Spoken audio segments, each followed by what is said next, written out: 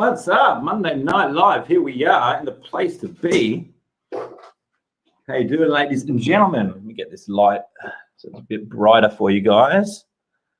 Got my Biggest Small shirt on tonight. How you all doing? Drop in the chat. Let me know where you're tuning in from. It's been a long weekend here in Perth, which has been good for some of us. Well, actually not for many of us, to be honest, because we've been in lockdown. We were put in lockdown on Friday. I got a message at my 2 p.m. meeting was cancelled, and we've been in lockdown, well, wearing masks at least, and cafes and restaurants been closed for 3 days at this stage. I believe I may have heard some news that we're back out of lockdown at midnight tonight. Hey, Amelia, welcome to Monday Night Live. Did you have a good weekend? I'm about to tell you what an exciting weekend I had. Well, a few other things going on outside of work, moving house and so on. But Social Media Marketing Awards submission date was on Friday, and I've been a bit ambitious. I've decided to enter 7 different categories this year. If you didn't know, I didn't hear me celebrating for the last 2 years.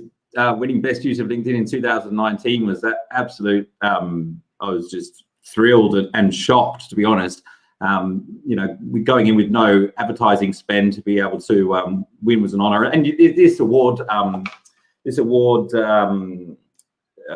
whatever you call it, series, it's a little bit different to some of the ones out there where, you get a vote and you send it to all your network and the most votes wins. This is, the panel of judges are from, they've got executives from Spotify, Facebook, Snapchat, all these big companies which are obviously extremely proficient in social media marketing. So to be able to be recognized for them for the LinkedIn category is pretty thrilling. And you think to yourself, in 2019, I didn't even have an acceptance speech. I get up to do the so when I get my award, I didn't know what to say. I was like, I'd like to thank my mum. I brought my mum with me. 2020, we had the gala dinner remotely, so we were we're still dressed up. I was wearing shorts but with a blazer, and LinkedIn versus Instagram was also in the finals for Best Use of LinkedIn. So Brooke Valinovich came around, and we had some wines. She's pregnant, so she didn't, but it's a big thing, and there's lots of marketers around the country tuning in for this live thing. And again, 2021 Best Use of LinkedIn, which so I'm starting to wonder if it's actually a fluke or what. But I've gone in hard this year for 2021, and I've gone in for a few other categories as well, like YouTube, Social Media Marketer of the Year, Social Media Educator of the Year. So I decided to put a lot of work into the submissions. I think it's really important, like to verify the results. And I've had a lot of support from my clients and guys like the Social Media College. Jonathan Tanner, really supportive. I appreciate you contributing towards my submission. It's been great. And a shout out to the Social Media Marketing Institute that started this whole initiative. They're really taking our industry to another level. Things like accreditation and awards help people who are looking for service providers to navigate like who's good and who's a cowboy, because we've all lost money with marketers, even me. So it's the nature of an immature industry. When the industry is immature and there's not much regulation, a lot of cowboys go into it. The thing with social media is most businesses, if they're looking for a solution, they don't know a whole lot about it. So you can know enough about search engine optimization to be dangerous.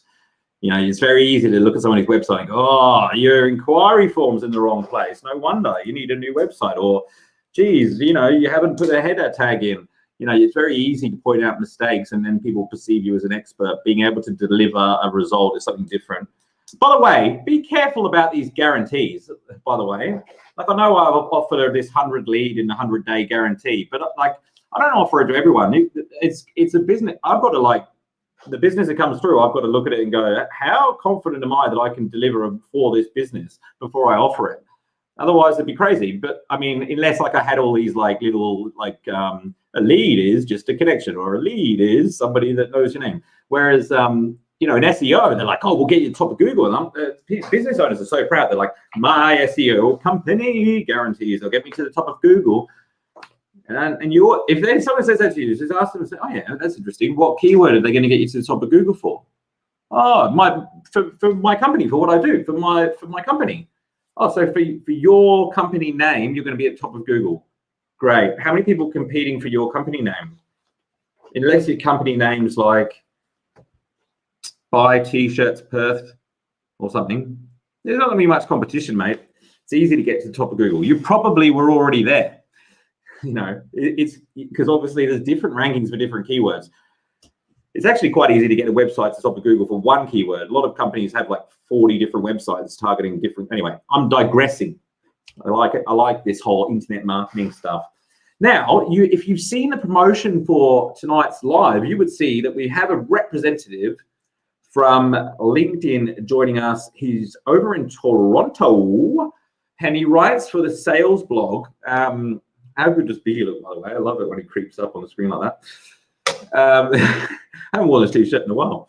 So he writes for the sales blog. He's part of their sales solution division. And I saw some of the articles he wrote about virtual selling. Excuse me, I'm just having a red wine. By the way, it is 6:06 p.m. in Perth. For those of you tuning in England and America, I'm not drinking at 6 a.m. Where was I? Yeah, so I liked what he was saying in his articles. And so I asked him to come on. And I hopped on. I normally tell guests to come on 15 minutes before for a sound check to make sure that there's no interruptions. And he wasn't showing up. And then I checked my email 3 minutes ago, and he said he's got an emergency and he can't make it. So sorry about that, guys, but he's going to have to tune in another time. But that's okay, because I think what we should do, I want to talk a little bit about virtual selling anyway, because I've been sort of thinking about this a lot. But it's also an opportunity for you guys to ask me questions. We don't get an opportunity to do that very often, particularly when there's guests on and so on. I've got my eye on the chat. I can see all of your comments coming through. Hi, Amber. Joining on Facebook. Facebook is the preference for Amber. And we've got the Saint David St. Martin, doubling, tripling, and quadrupling down, my friend. Yeah, well, you got to. People are just going to think, you know, well, it's a one once, fluke, one twice, you know, got lucky. Run 3 times. You can't say too much after 3 times. Hey, Chris, how are you, mate? Tuning in from Facebook as well. Lovely photograph there with his bride. Who else have we got on the call? Who's on YouTube? I know you YouTubers are probably laying on the couch, aren't you? Yeah. You're not commenting because you're laying on the couch watching on TV. I'm entering in the YouTube category as well, which I'm super excited about. Like, I don't know if you guys follow me on YouTube, but YouTube's gone bananas in the last year. I've had 750,000 views on my videos. Crazy, absolutely crazy. So like 850,000 since I started 10 years ago. So like in the last year, it's just gone bananas. And it's not just luck. Like I started looking at the analytics and like going, oh, that's interesting. That video gets more subscribers than that one.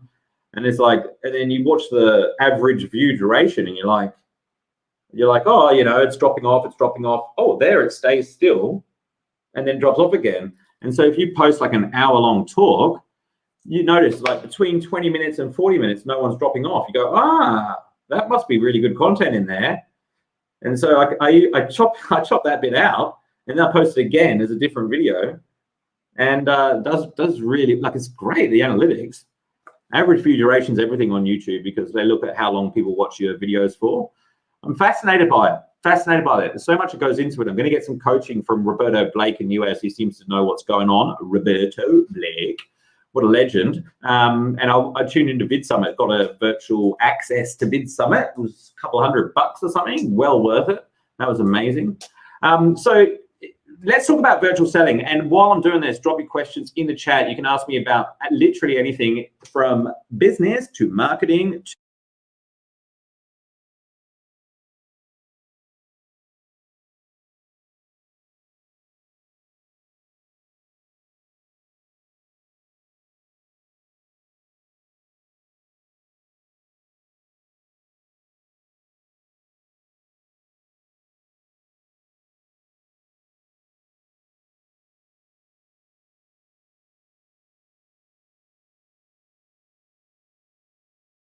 Why did I move my computer, guys? Tell me why.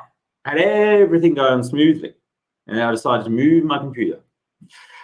I've ordered a desktop so that there's no more interference with cameras. I've got one with a really strong battery, and I've got more red wine to deal with things like this. All right, so I'm going to start with sales. Does anybody want to learn more about how to sell virtually? Cool, because, well, I say cool. I'm assuming you're all going, yes. This is the interesting thing about virtual selling, right? It's convenient. But a lot of us salespeople, myself included, don't like it because we feel like, well, first of all, we don't like it because we like people. We want to be around people. We also feel like there's less, like, it's less personal, so we can build less rapport. It's harder to keep people engaged, especially if there's multiple people. So most salespeople don't like it, right? But this is the interesting thing about virtual selling. If you ask the customers what they prefer, they do like it. They don't have to travel, no travel time. They don't have to go and visit different service providers. They can do it from the comfort of their own home. It's much easier to leave the conversation if it's, someone's trying to pitch them, because this hasn't changed, but nobody wants to be sold to. But as a buyer, it's a lot more difficult to navigate leaving a sales situation when you're already there physically, whereas when you're remotely, it's like, yeah, it's a little bit like, I had some problems with my internet. I changed internet service providers recently, and you're on the telephone with them and you think to yourself, this is my 30th phone call with these guys, and they're asking me the same questions that they've asked me every other call. And like, I'm so frustrated that you may have only spoken to this person that you're speaking to, like, you might never have spoken to them before, but because of you just want to get your problem solved.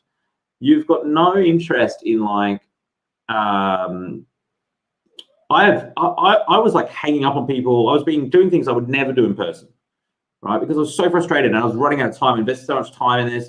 It was very frustrating, and I just wanted my problem solved. But I think about it, like, it's very similar to, like, it wouldn't be the same degree, but it's very similar in a B2B sales situation, because when you're communicating with somebody over the telephone or even over webcam or Zoom, is there more of a connection or less of a connection? There's less of a connection. Is there more empathy for the person on the other side or less? There's less. It's like, that's why so many people are antisocial on Twitter that wouldn't be antisocial in real life, because there's less empathy. It's just an avatar, it's a person, and so they spew all that stuff. And so you've got to work harder. There's less connection, there's less empathy, less rapport. And if those situations are working against you, then you've also got to be mindful that you're going into that meeting with less empathy, less connection. So you've got to make more of an effort and bring your energy up to really bring that empathy forward so that you understand the customer's problem. You have to make more of an effort, because it's quite easy to just go, oh, that guy was a wanker, he'll never buy, after the call, because you didn't have any empathy, than it is to grow your business. And to be honest, like, if you catch yourself saying anything like that, I don't care whether it's true or not, call yourself out and always just think to yourself, well, if he wasn't a wanker, like, what could have I done differently? Because there's a lot of people out there, and you might not realize you do it yourself. I do it myself as well. Whether or not I catch myself is a different story. But like, when you see somebody doing something that's, like, to you it's impressive, right? Because, like, it doesn't matter why it's impressive. Like, it could be something that, you dreamt of doing when you were a kid and you just went in a different direction. Or it could be something absolutely remarkable, like going to Mars, or, making $10 million, or whatever it may be. When you see somebody doing something remarkable like that, it's easier to go, yeah, but he's rich, or yeah, but her dad gave her that car, or yeah, but she's got loads of followers, right? Because then that automatically validates where you are and the fact that you didn't do it, right? But the reality is, in most cases, the dad did not buy the car. No one gave them, look, they would have worked their ass off. That's probably what happened, is they worked their ass off. That's probably what happened. Not always, but more often than not, we're very quick to pass judgment on things. And it's possible, I can tell you right now, it's possible to crush it on virtual sales. I don't have all the answers, but I know that there's people that were performing pretty average at sales before the pandemic that are now killing it because they mastered virtual selling. So somebody who's doing, like, going to 10 sales meetings, if they're in B2B, like let's say they're looking for, someone's been tasked with hiring a consultant to help them with some sort of management change or something, and they've got to speak to 10 different service providers, and every meeting they go into, the guy's sitting there and it's like, yeah, oh, is my camera on? Can you hear me? And then, and then one guy, like, comes to the meeting and he's like, he's got like the digital, whiteboard thing. He's got a standing desk. These things I don't even do, by the way, but like, I'm just using examples. He's got like props and stuff, and he's super energetic because he understands that he needs to bring more energy to the table because it's with a virtual experience. He allows people in the meeting to contribute. He brings in other people. Like, all of these things are not like necessarily in areas where I'm an expert in virtual selling, but I just want to hammer home the point that it's important to consider that it's not the same as sales. The same thing is true with lead generation on social media and marketing, right? Because the leads are different. Like, if you get a lead from radio, or you get leader, my internet provider cut out. That's so funny. If you get a lead from Google, you get a lead from a Facebook ad, if you get a lead from a newspaper, if you get a lead from a TV ad, it's a different lead to LinkedIn, and it's a different lead to social media, because social media is social, right? So this is where people are hanging out. So this is what I'm going to use, the old school style of, this is what I call an upside down pyramid. It's basically a triangle, right? And so at the top of the triangle, you've got people that don't know who you are, don't need your service, just the public. There may be some people in there that need your service, but it's just like everybody, right? So like that, like at the top, everybody, right? So that's, and you want to connect like with people on LinkedIn that narrow it down a little bit, so they like meet some criteria of your target market, right? So like if you're an accountant, maybe they're just a business owner, or maybe a financial officer, and so you kind of narrow down that public bit a little bit. But it doesn't mean you can start selling to them. It's too broad. So that after they move from like knowing nothing, they go to awareness. And you can't read my writing. I don't know why I'm showing you this, but it's the next stage down this upside down pyramid, right? Awareness. So they're aware, not necessarily of you, but they're aware of the problem. They're aware they've got a problem. They're like, do you know what? We need a new accountant, right? They're aware of the problem. At the awareness stage, they're going to be, there's different pieces of content that is likely to influence them to move down this pyramid scenario, different pieces of content than if they were, say, already at the purchase stage, right? So I've got everyone still, is everyone still with me? Hello, Alistair, how are you? Can't stay long, but great to catch you, mate. Thanks for coming, dropping by. We've got dudes from Iran here, LinkedIn users. Hello, legend. Thank you, Chris. This is hilarious. Guys, drop in the chat with your questions. I know you've got questions. We're talking about customer journey here, right? Customer journey. This is 90% of people on social media do this wrong because they assume that everybody's either needs, like has the problem they solve, but they can sell to anyone that's they connected to. Big mistake, especially on like Facebook and Instagram, where you go to your friends and stuff. Man, I'll be honest with you, my friends like do not like following me on social media, right? Because all the content I create is not for them. You know, they're like, mate, I don't know about these bloody videos you're doing. And I'm like, mate, you're not in the target market. Keep opinion to yourself. Whereas it like, I want opinions for people about target market, but Anyway, so after awareness, you've got consideration. So when like somebody knows that they've got a problem and they're looking for solutions, that's when they'll be weighing up X brand over Y brand. So at the awareness, like you don't actually talk about your company, right? You talk about the problem. If they feel like you understand their problem, then they're probably going to assume that you're the right person to be able to guide them towards a solution. So you could give them some tips. So like, let's say, for example, the borders opened, right, in November. Borders are opening in November. Everyone can fly anywhere they want. There's no more COVID situation. All of a sudden, you realize you haven't had a holiday in a while, and you think, we should go on a holiday in December. Where should we go? Let's go somewhere new. Okay, so let's go to Thailand. We'll go to Thailand. Never been to Thailand before. How do we know what to pack? How do we know what the weather's like? We'll go on a Google and we like start searching like, oh, you know, what is there to do in Thailand? What temperature is it in Phuket at December? And you come across some content and it's like, these are the 10 things that you need to know if you go on a holiday in Phuket in December. And you're like, oh, this is handy.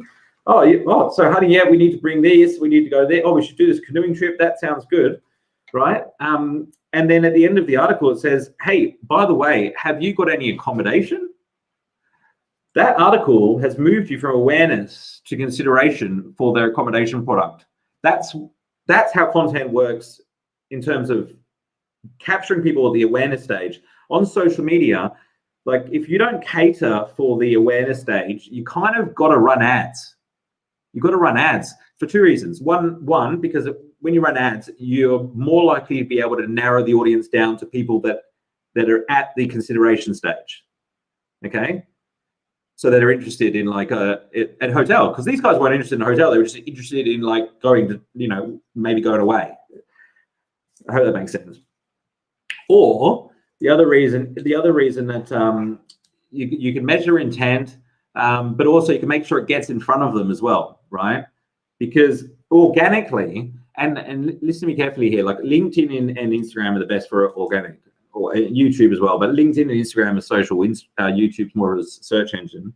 But if you're going organic, you're always going to start. It's going to show it to a handful of the people at the top of the customer journey who are in the awareness stage. So in order for you to get engagement, that's like, you guys know how the algorithm works. You need to get a decent amount of engagement for more people to see it. So like if nobody likes and comments your stuff when you post it, it doesn't, what it means is not many people saw it. So don't worry about posting the next thing differently the next day. It's not like it showed it to, if you got 1,000 connections, it didn't show it to 1,000 people and 1,000 people didn't like it. LinkedIn is like not going to show crap content to that many people. And as you can tell in the newsfeed, you can't look at everything. So it can't show everything at the top. So it'll show it to like 50 people. 40 people, depending on your prior content and how engaged people are. If you get a few likes, a few comments, okay, well, we're confident to show it to more people. Okay. And then if it gets like enough engagement, then it'll show it to your whole network, 1,000 people. And this is the interesting thing, is when it gets like particularly high engagement, a lot of people having conversations, a lot of people dwelling on the post, spending time on there, reading it, consuming it, saving it, coming back to it later, you're responding to comments, it can go viral, and it goes beyond your network to people that are interested in that topic, right? That's how the algorithm works. Now you can imagine that if you create content that's for the consideration stage, you're only going to be able to get engagement from a smaller portion of the top of the funnel, right? And so you're making it very difficult for you to get enough engagement to go viral or to get maximum exposure. So all of your organic content must cater for the awareness stage of the customer journey. So if you see that you're posting and you're talking about your business, just be careful. Are you catering for the awareness stage?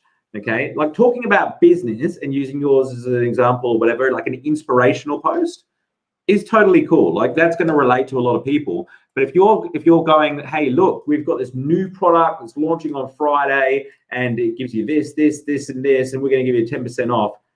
That's not going to get much engagement, right?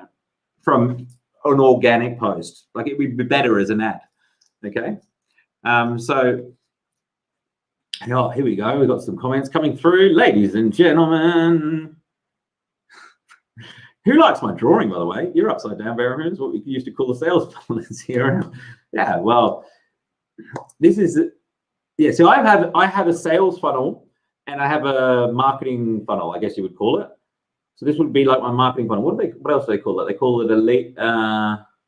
They call it a yeah. I mean, it's a funnel basically, but this is just really to get a lead. And then a sales funnel, I look at it like, you know, you've got your inquiry or your leads, then you've got your prospects, then you've got your proposals, and sort of move down. Yeah, but I mean, these days, a lot of what is happening on marketing, a lot of this stuff used to all happen face-to-face with sales. Like it used to just kind of be the salesperson would do that educating. Like they weren't really Googling online, finding the 10 things about this and the 10 things about that. My man, Shahid Aziz, thanks so much for joining us. Good to see you. How are you, Amber? Do I agree with Brooke? No, I don't. Let me read the rest. Do you agree with Brooke that the goal should be to get the clients off the platform into your sales funnel? Or do you feel this only applies to Instagram? Yes, I do agree. Well, yeah, if your goal is to get sales, you want to get them off the platform. Absolutely. Now, one of the things that Brooke will do, I think one of the main differences between my business and Brooke's business, excuse me, is, I mean, first of all, it's like extremely great at what she does, Brooke Valinovich.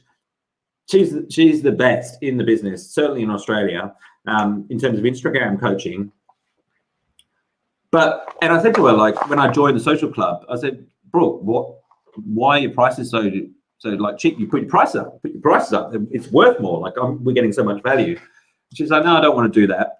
And so she's got like a volume of clients who she communicates with at scale. Whereas what I've done with my business is I've moved more towards the premium end of the market. I deal a lot with corporates. I don't need 800 clients. Like I'm good if I've got like 30 clients. It's awesome. And so, but those clients, because they're spending more, they need like a personalized approach. So yes, absolutely, I take them off the platform. I just don't always put them into like a lead magnet and an email funnel. I quite often just go straight to the phone call. Like I give them that level of service. But I guess those are qualified. But like this is a thing, right? And this is why we say get off the platform, is you don't want to be going back and forth on LinkedIn or Instagram answering questions. Like if somebody says, oh yeah, like I'm interested in that. Like, oh, by the way, like what is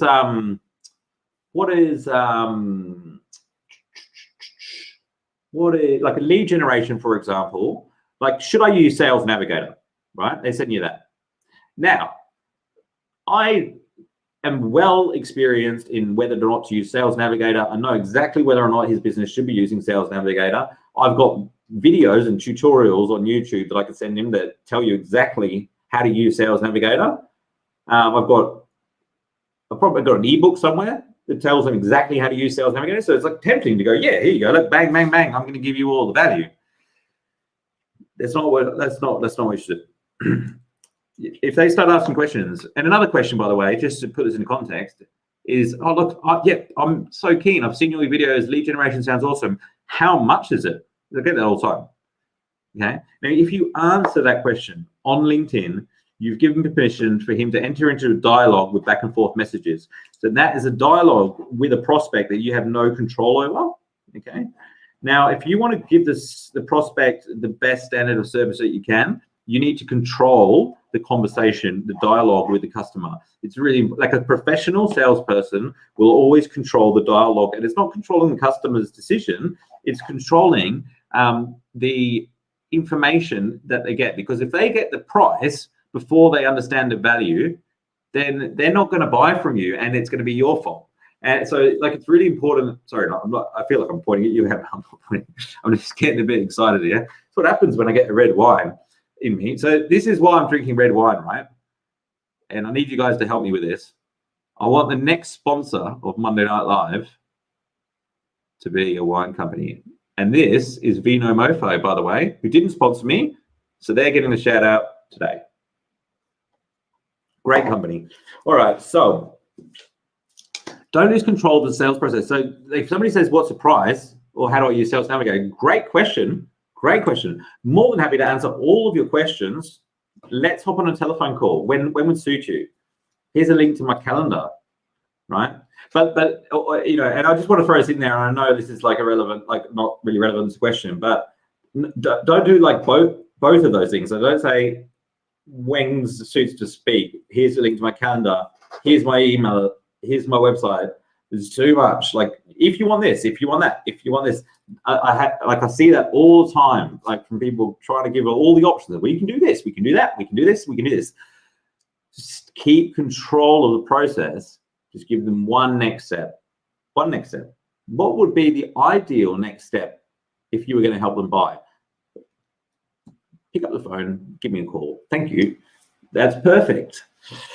People want clarity. Like I can give you a great example, by the way. I'm getting a website built at the moment.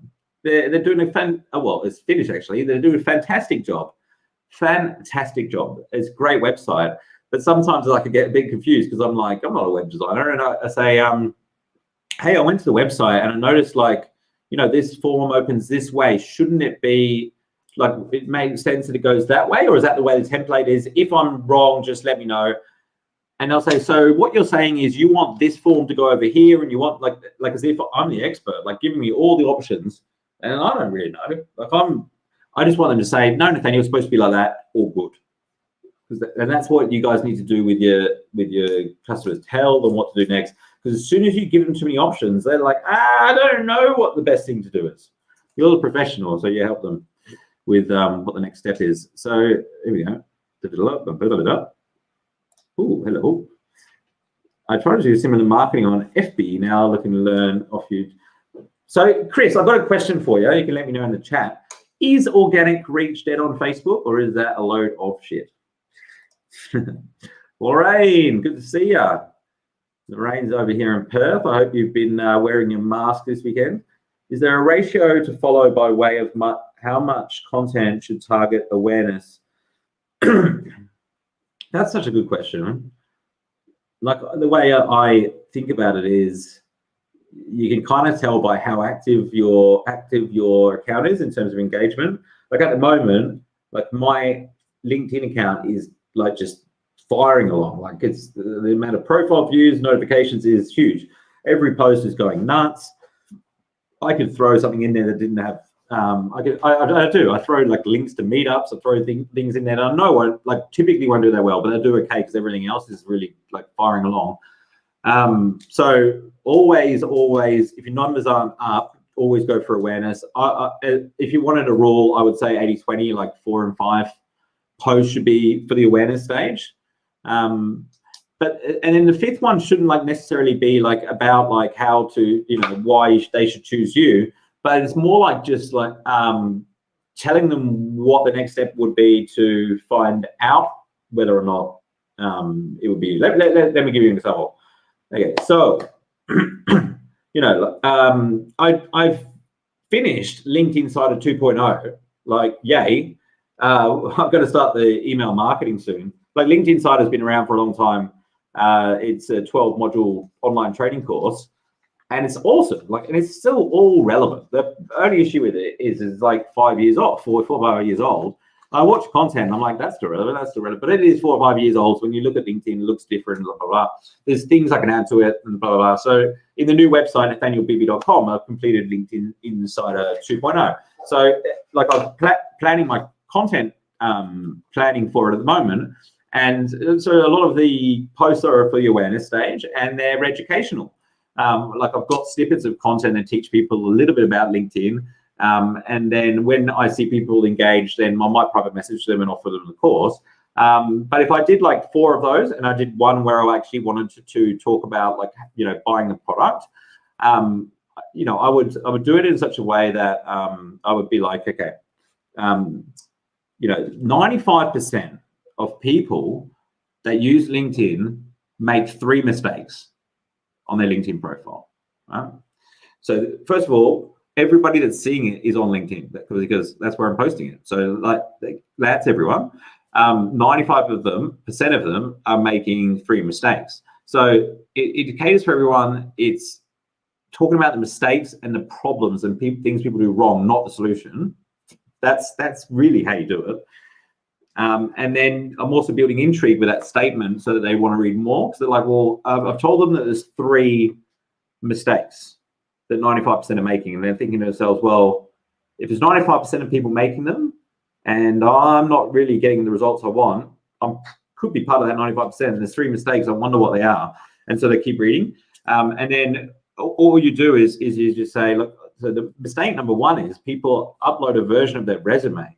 Like, I've never bought anything because somebody handed me a version of their resume. Have you? And then mistake number 2 is, do we give them mistake number 2? We could not. Mistake number 2, we could say, okay, people like start selling before they've, established a need, for example, and you explain why that's a problem. For mistake number 3, you may want to check out my new online training course, Linked Insider, where I go into all of the mistakes and all of the things that you should be doing. It's a 12-module training course. Drop a comment below if you'd like the link. The reason I always say drop a comment below if you'd like the link is because it gets more engagement, right? If you just put the link in the post, first of all, LinkedIn doesn't like you putting the link in the post, but even if you put a link in the comments, what's somebody going to do if they're interested? They're going to go, oh, yeah, cool. They might hit like if they're being friendly, but pretty much they're just going to click on the link and then they've left. They've left LinkedIn, they've left your content. So you don't get the added benefit of a comment or a like, engagement. They've left the platform. LinkedIn's not going to count that, click on the link. And then obviously, like when they get to that landing page, there's a conversion rate once they arrive at that landing page. Not everybody is just going to pull their credit card out and buy straight away. They may come back later. Depends how good the landing page is. Depends how well they know you. So webinars work really well. Getting people to opt into a webinar, getting people to download a lead magnet. Like Brooke talks a lot about lead magnets. She kind of fires everything towards a lead magnet. And again, like I don't always do that because like a lead magnet is good. And if you're getting like 1,000 people see your post, if you know a post is going to do really well, drop yes below for your free ebook. Great strategy. You'll get like 200 people in your database and they'll go through the process. But I just know that like if I speak to somebody, conversion rates 1 in 5. If I put them in my email funnel, conversion rates like 1 in 20. If I put them to a landing page, conversion rate might be 1 in 15. It just depends. But I got a pretty good idea of what the conversion rates are. So if I can see somebody's a good lead and they've engaged my content, I'm pretty much going straight to a call most of the time. Oh, you're so supportive, Lorraine. I appreciate that. I hope that was helpful. Jeremy, what's the maximum views in NZ normally? Good question. Not sure what. Oh, per post. Here we go. I've seen a maximum views. Well, there's no maximum. Like, so there's not. If you're in New Zealand, it doesn't mean that the rest of the world's not going to see the content as well. Richard Branson's the most followed person on LinkedIn. So let's go and check out what he's getting. Sales Navigator is useful. It's got a lot better. I like it because I've got a tendency to use LinkedIn a lot, and Sales Navigator allows you to use LinkedIn more. Like you can see more people in search results. This is where I really like it. It allows you to search by things like company size. I find that really valuable. Company size. So if you're targeting businesses that, let's say you're targeting financial services firms, but you're like 10 grand a month, right? The chances of you being able to help somebody that's just got like 2 people working for them might be relatively low. You just got to ask yourself, right? Because you want to target people that are likely to have the money to pay for what you do, because you can't help everyone. But one of the people you can't help are people that can't pay for your services. And if you look at the categories like solopreneur, then there's 1 to 10 employees, and then there's like 10 to 20 employees, 20 to 50, 50 to 100, 100 up, 1,000 up. You can eliminate like 80 or maybe 70% of financial services firms because they're too small or they're too big. If they're too big, like you might say, oh yeah, it'd be great to have a client that's got 5,000 employees, But you've also got to consider, like, okay, well, how many decision makers are going to be in that process? Is the head office likely to be where I am? Is that sales process going to take a lot longer? So you want to kind of like find the balance between like who's going to be able to make a decision with the resources that they've got at hand, and who's likely to be able to afford what you can do. And if they meet both those criteria, they should also be the same person as who you can add the most value to. So I think that's really valuable. And the leads list in Sales Navigator, like being able to save leads to a list, is super cool. Super cool. So like if I want to target like businesses in the aged care industry for like a month or whatever, a couple of months, see how it goes. Like I can tag them in the lead list for aged care. So they all show up in a certain list, and I can reach them all there. I can contact them. And this is the other cool thing that like most people don't know, like this is relatively new, is you can, when you go to Sales Navigator, you can like go to a news feed that only shows the people that you've saved as leads. So you see all of their content, the people that you saved as leads. You probably wouldn't see it in your normal news feed because a lot of them probably don't get many likes. But the fact that you're engaging with their content, like if you're targeting CEOs of mining companies, this is one of the industries it works extremely well in because I've seen it work for a client. And you save them all as leads, and you see them in their Sales Navigator newsfeed, and you're like, great post, mate. Like, I like this. I'm, sharing some insights. All those people are going to like start releasing dopamine every time they see your face, because you like their shit, and a lot of people don't. And it is great for rapport building. Like when you message them, they're like, "Oh, hey, man, Jeremy, I've been waiting to speak to you, mate. How are you?" Da, da, da, da. Like, if you're going to be using it, it's great. But like this is the mistake that a lot of businesses make, a lot of marketers make, and a lot of business owners make, is they're like, "Oh, LinkedIn, don't know how to use that. Call LinkedIn, or I'll go to LinkedIn's website, I'll buy Sales Navigator. I've got Sales Navigator now. Where are the sales?" Like it's not going to fix anything for you if you're not already using it to do business. So this is what I always suggest doing is get LinkedIn generating a return on investment working for you, and then upgrade to Sales Navigator, because what you can learn on the basic LinkedIn is fundamental. Like you need to know that. Sales Navigator is useless if you don't know how to connect with somebody and set an appointment and post content on the free version, first. You got to be able to do that. That's the skill you need. Sales Navigator is not going to make people jump out of the computer screen, throw their credit cards on the floor, and say, "Take my money." Agree. Salesperson is no longer the fountain of all knowledge. Google is the new sales engine in your marketing files. Yeah, beautiful. Budget, authority, needs, timescale. Love that. We've got this is the thing with these lives, is we get a few marketing experts on this session, so we can always help each other in the comments. You'll find a lot of knowledgeable people here tuning in. Lorraine, love that. Thanks. Drop a comment, adds to engagement, and brings in permission frame. Permission, yes. I'm glad you said that. It's a lot easier to market to people who have given you permission to market to them. I'm a big believer in that. Even though like I'm jumping to a phone call, I'm always like, I've got a few questions, like, would you like to have a conversation? And then when they get on the phone, I'm like, tell me more about your business. Okay, how do you think I can help? Or what are you struggling with at the moment? How does that feel? How's that impacting your bottom line? Would you like to know how I can help you with that? If they say yes, okay, well, there's two ways we can help you. We can do this way or that way. Which way would you prefer to hear about? Okay, I'd like to hear about that. Would you like to know about how you can buy? Would you like to know about investment? Would you like a proposal? Would you like to buy? All questions. I don't think there's any selling, like selling in the traditional. How most people think about selling is like, I'm going to manipulate you and push you into buying something. Like, and if I was working in a car yard and I couldn't pay my rent, I'd probably do that too, But consultative selling is how business is done these days. Like, yeah, the old school way of selling, like a lot of the guys that were crushing it in finance and stuff, they seem to be slowly just disappearing. By the way, there's this dude, right? This is hilarious.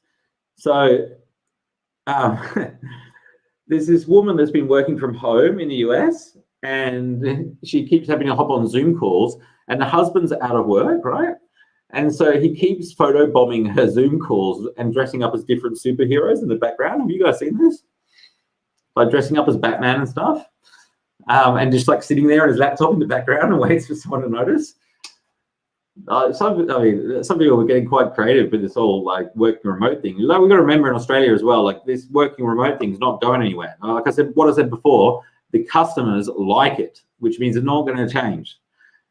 Well, I mean, you know, obviously you're going to have some more like, you will get out more, but this style of buying is something that we need to understand. Otherwise, you won't be a top performer. If you can't sell virtually in this day and age in B2B, you're in a lot of trouble, you know.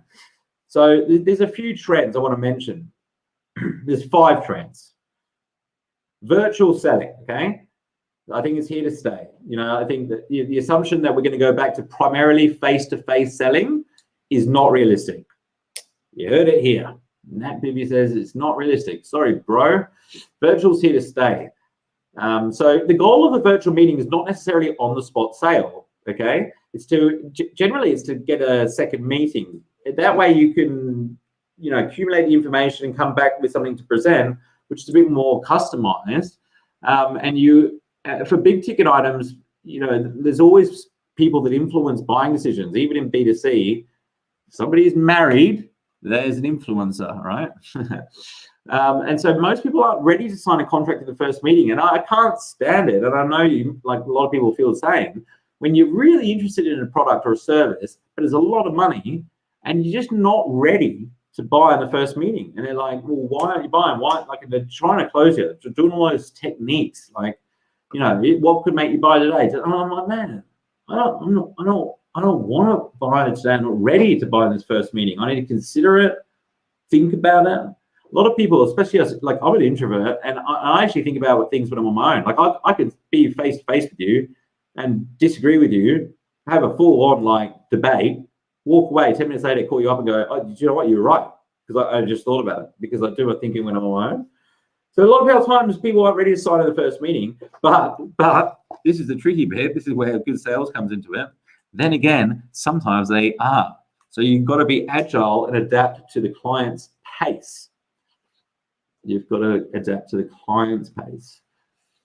So we've learned over the past months that by selling remotely, we cannot effectively connect with buyers, but also be productive in our discussions with them and spend less time traveling. So buyers enjoy it. So it won't go back to the way it was. So video conferencing becomes important.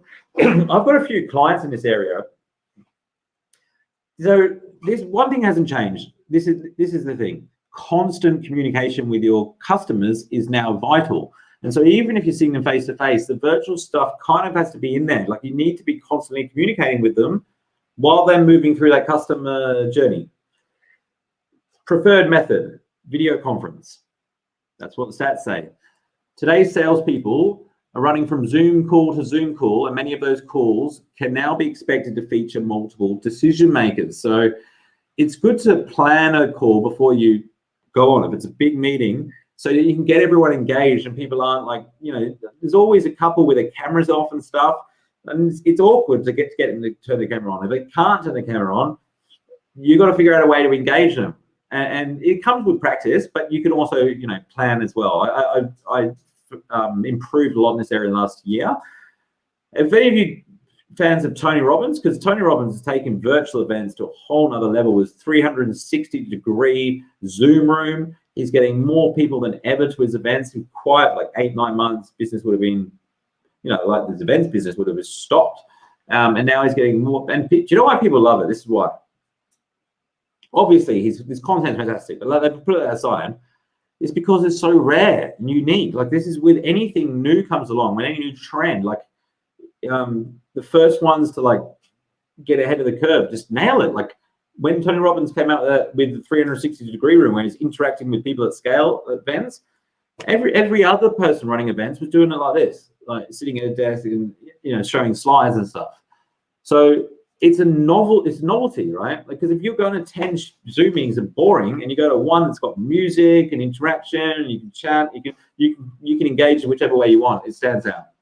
Tony Robbins, what a legend. He's the man. He is the man. I did a poll on LinkedIn, and most people said virtual events and virtual meetings are shit. But if they were good, then they would prefer them to real life events. Trend number 3: social selling. I've been harping on about this for a long time. Social selling, haven't I? But I think that before I was kind of like, it works, guys. You should be on here. You'll gain a competitive edge. Well, now I'm like, guys, you need to be on here now. Like now, it's crucial. It's really important. Social selling is prospecting now. Now there's no other prospecting. Like what else are you gonna do? You gonna stand out the front of your shop and hand out leaflets? No, like now it's social media. The first 3 weeks of lockdown in Australia, social media usage went up by 30%. It's in 3 weeks. But it doesn't mean that everyone's just going up on social media to buy stuff, right? A lot of people are consuming their news there. A lot of people now are hanging out there, like they're hanging out there. What's going to happen is that power is just going to shift more and more and more to the consumer, and like they're just not going to want to be interrupted.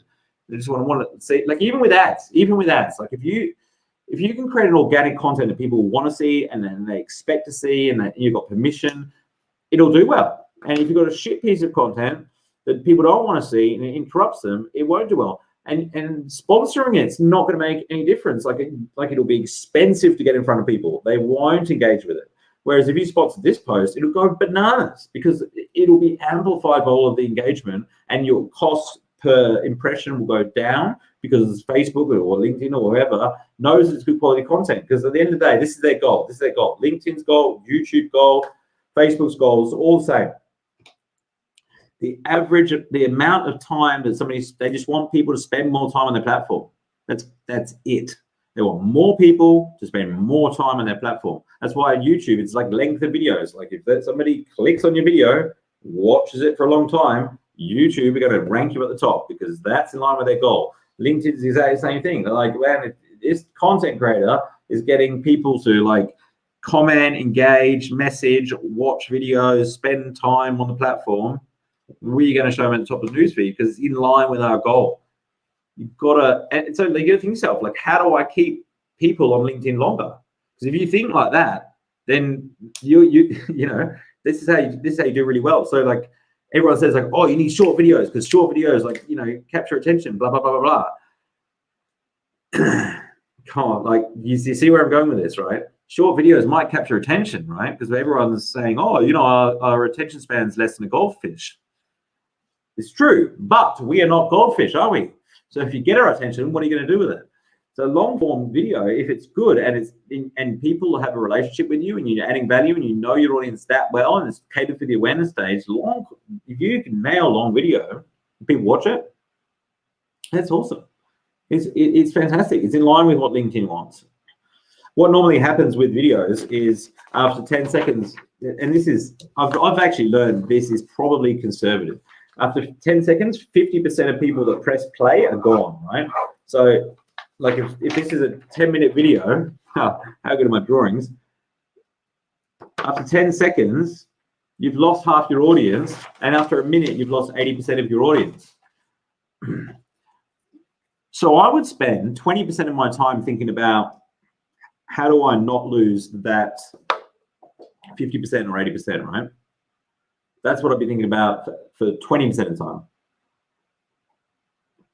The other 80% of the time, I'd be looking at the guys that actually watch the whole thing, because they're actually my audience. They're actually my guys. They're my peeps. Most of you, I hope, yeah, well, you guys have been tuning in for a while now. This is you guys.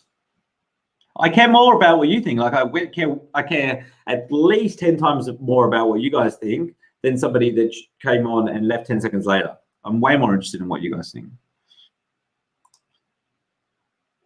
Got a Scooby-Doo. Mate, he's tuned in for a while. See you, Alistair. Thanks for joining us. Matthew Parris, is a business in freelance lead generation possible on LinkedIn? Yeah. So this is a business offering lead generation as a freelancer, or you're a freelance business and you want to generate? I mean, both are possible. Both are possible. B2B, I would imagine you are. Yeah, like B2B. So lead generation on LinkedIn is the biggest opportunity that I've seen in 25 years in marketing. Hands down, I reckon it'll be the biggest opportunity we see in our lifetime to go from like a nobody to an industry leader, like, because it's so scalable. Like, if you, first campaign I ever did was over a week.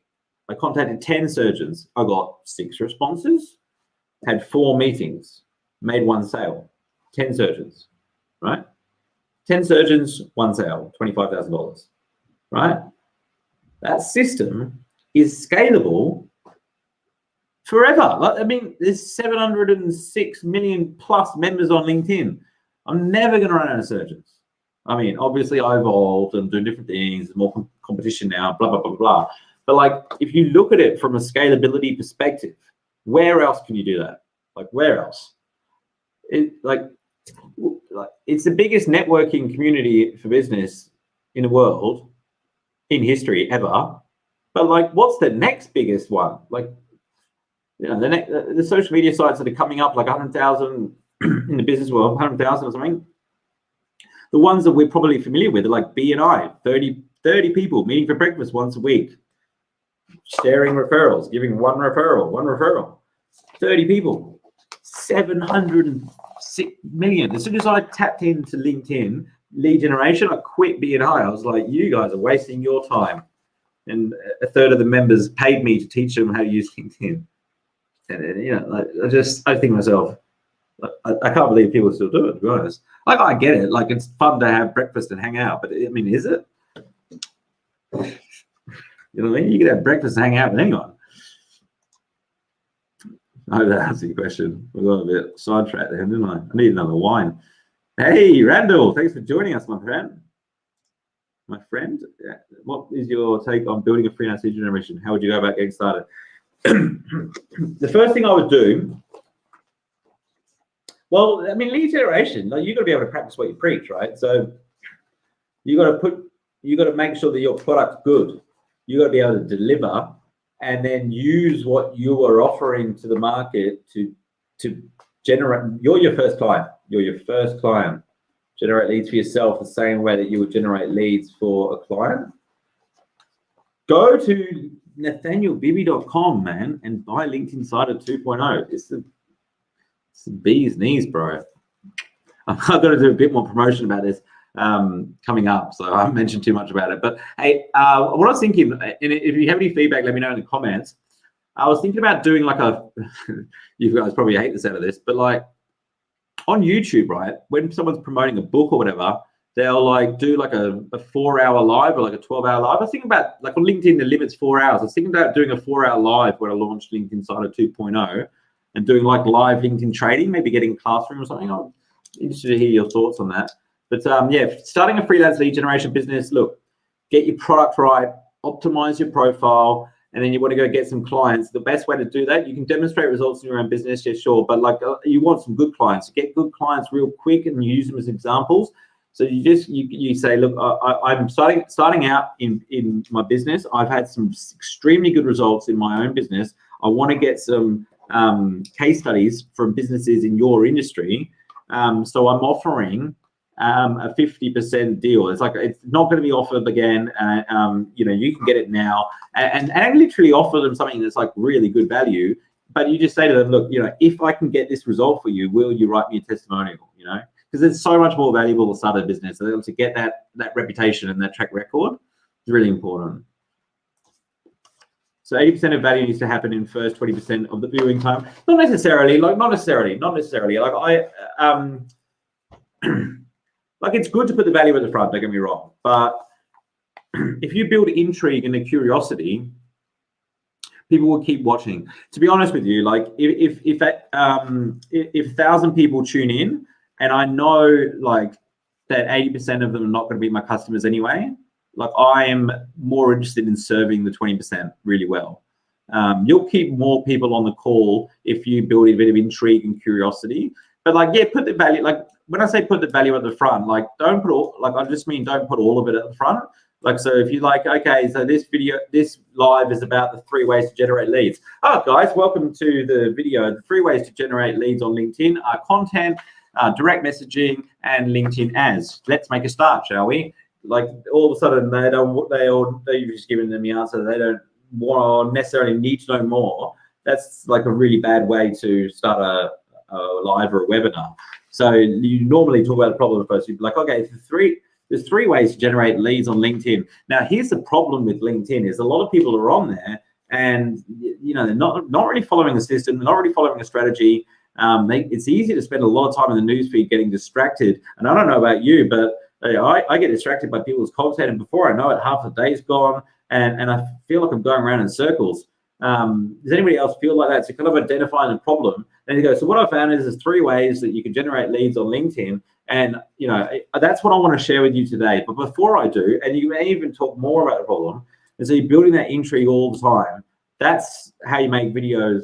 People watch the whole video, you know, and you got to have a balance. Like, you can't piss people off by not, like, you got to give them drippets, but just don't give it to them all at once, because otherwise they won't want to know more. And by the way, this is why, like, on Instagram, for example, like, a lot of people probably don't understand this. Because businesses, like, if it's good social media, if somebody who's good on social media in business goes like this and takes a selfie and goes, oh, here I am working, right? Here I am working. Takes a selfie. And then a lot of people see that and go, oh, so yeah, taking a selfie, like, working is the answer. And so then they're down the beach, like, they're like, oh yeah, hi, it's me. And they take a selfie. But those are 2 completely different posts. When somebody goes, hi, I'm working, it creates curiosity. It's like, well, what are you working on? What are you doing? And they may even ask that person, what are you working on?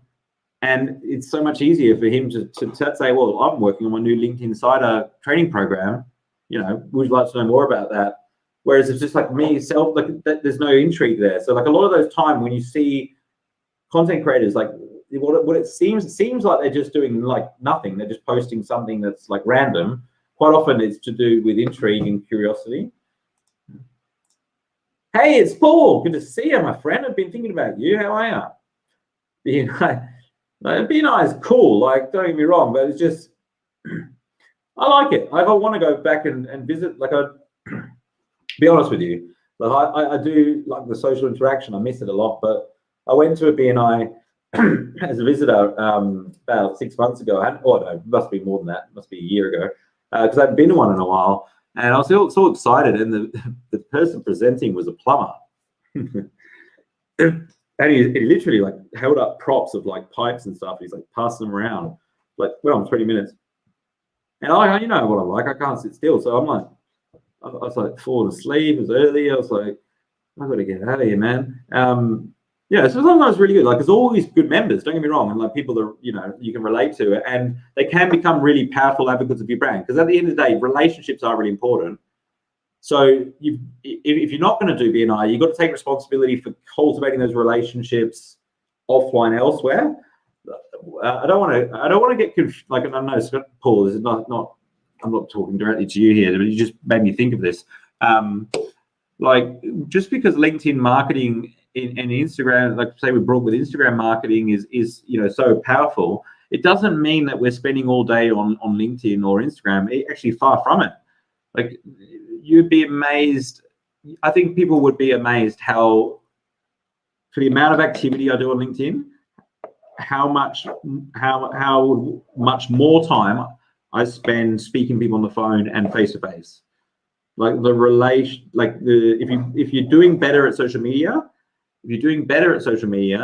you should really be spending less time. Like, so if you're doing better, you should be having more offline conversations. That's the metric, really. Like, if you're getting more likes, more followers, more comments, more messages, but less conversations, like, offline, that's concerning. That's a concerning thing, because you've got to get your back of house right first.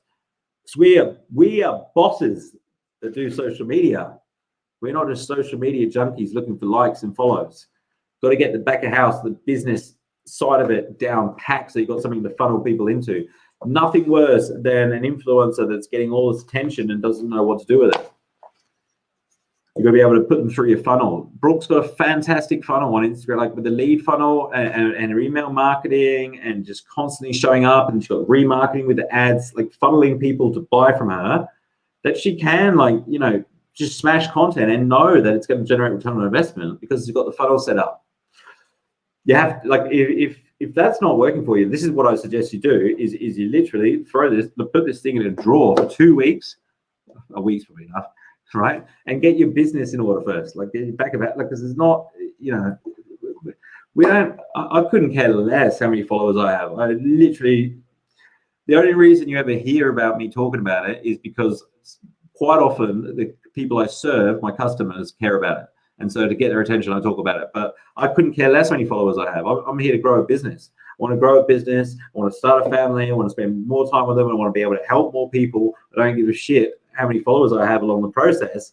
But it's just like, this is a powerful way to engage with people at scale. I'm getting a bit excited, aren't I? Guys, we've got over an hour. It was good. It was a good session today, given that it was a bit impromptu. Thanks so much for everybody that joined Monday Night Live and tuned in. It's great to see some regulars here. Paul, Lorraine, I always appreciate seeing the regular faces. We've got Alistair, who had to bail. Amber, great to see you again.